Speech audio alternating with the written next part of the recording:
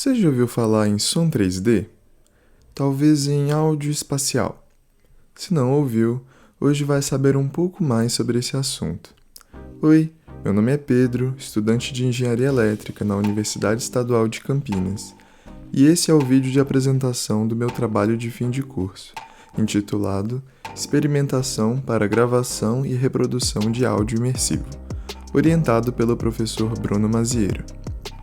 Para essa apresentação, eu vou seguir uma estrutura semelhante ao que está no meu trabalho de fato.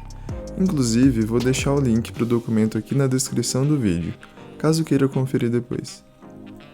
Vou começar introduzindo a ideia de áudio 3D, dar alguns exemplos e falar também dos objetivos que foram definidos. Depois, vou apresentar os materiais utilizados no meu trabalho e a metodologia que foi seguida. Por fim, vou mostrar um pouco dos resultados que eu obtive nesses meses de pesquisa e desenvolvimento, e quais são os próximos passos.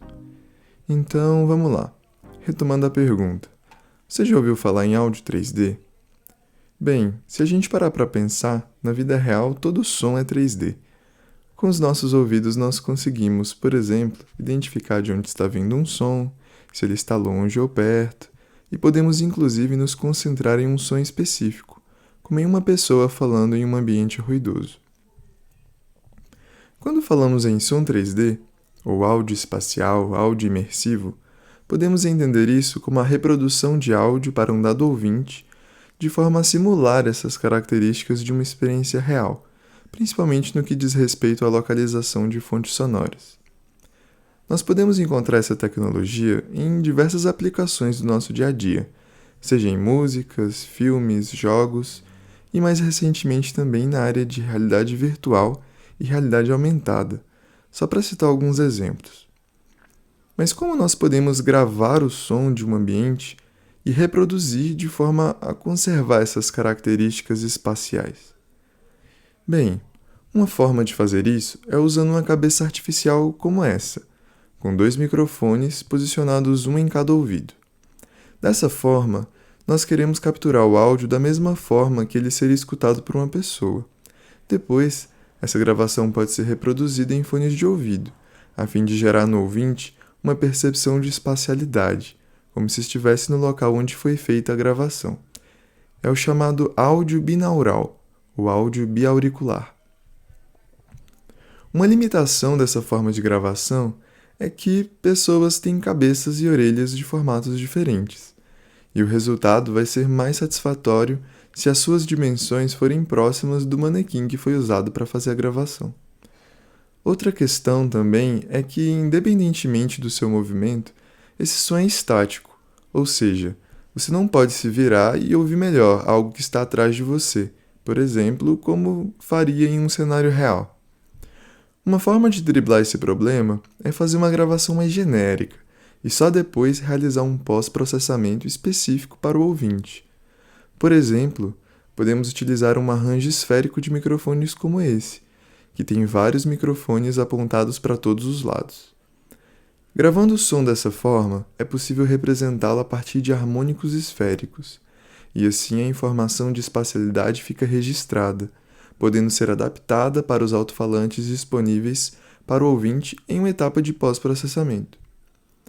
Nesse contexto, o objetivo deste trabalho foi realizar uma renderização de áudio 3D utilizando um arranjo esférico de microfones. E para fazer isso, o esforço principal foi em entender como fazer a gravação e como processá-la corretamente para alcançar o produto final, que é o áudio imersivo. E como isso foi feito? Utilizando 2 ferramentas principais e estudando uma forma de fazê-las funcionar junto. A primeira delas, o arranjo esférico de microfones, produzido pela empresa VisiSonics, que já estava disponível no nosso laboratório. A outra, o software Retizar, que renderiza áudio binaural a partir de gravações de um arranjo esférico dado. Vamos entender as características de cada um e os desafios de utilizá-los em conjunto. Começando pelo arranjo. Ele conta com 64 microfones, mas tem a praticidade de se conectar ao computador através de um único cabo USB. Ele acompanha um software próprio, que possibilita diferentes formas de gravar, por exemplo, através de linha de comando ou usando uma integração com MATLAB. Retizar, por sua vez, é um acrônimo para Real-Time Spherical Microphone Renderer, algo como renderizador de microfone esférico em tempo real. Ele é um projeto implementado em linguagem Python por pesquisadores da Universidade de Tecnologia Chalmers, na Suécia. Ele também tem código aberto e está disponível no GitHub, o que possibilitou utilizá-lo nesse trabalho. A proposta do Retizar é fazer o tratamento computacional necessário para converter o áudio que é gravado com um arranjo esférico para áudio binaural, que um ouvinte pode escutar em seus fones de ouvido e ter a sensação de espacialidade. Para utilizar essas duas ferramentas em conjunto, alguns desafios surgiram pelo caminho. Primeiro, foi preciso adaptar os arquivos de áudio gerados pela gravação do arranjo para um arquivo que o Retizar é capaz de interpretar como entrada. Isso porque, ao gravar utilizando o arranjo VisiSonics, são gerados 64 arquivos de áudio, um para cada microfone. Porém, para executar o Retizar, nós precisamos passar como entrada um único arquivo .wave que tenha todos esses canais. Para resolver esse problema, foi utilizado um script em Python que realiza a conversão dos 64 arquivos .wave gerado pelo arranjo em um único arquivo com 64 canais. Depois disso, um outro passo necessário foi elaborar um arquivo de configuração para o Retizar com a descrição física do arranjo. Nesse arquivo, nós precisamos passar as coordenadas espaciais de cada microfone, a frequência de amostragem usada na gravação, entre outros parâmetros.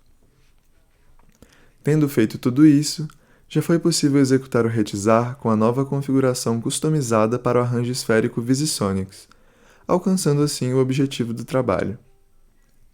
Os trabalhos não acabam por aqui, então estão indicados no TFC também algumas sugestões de futuras atividades.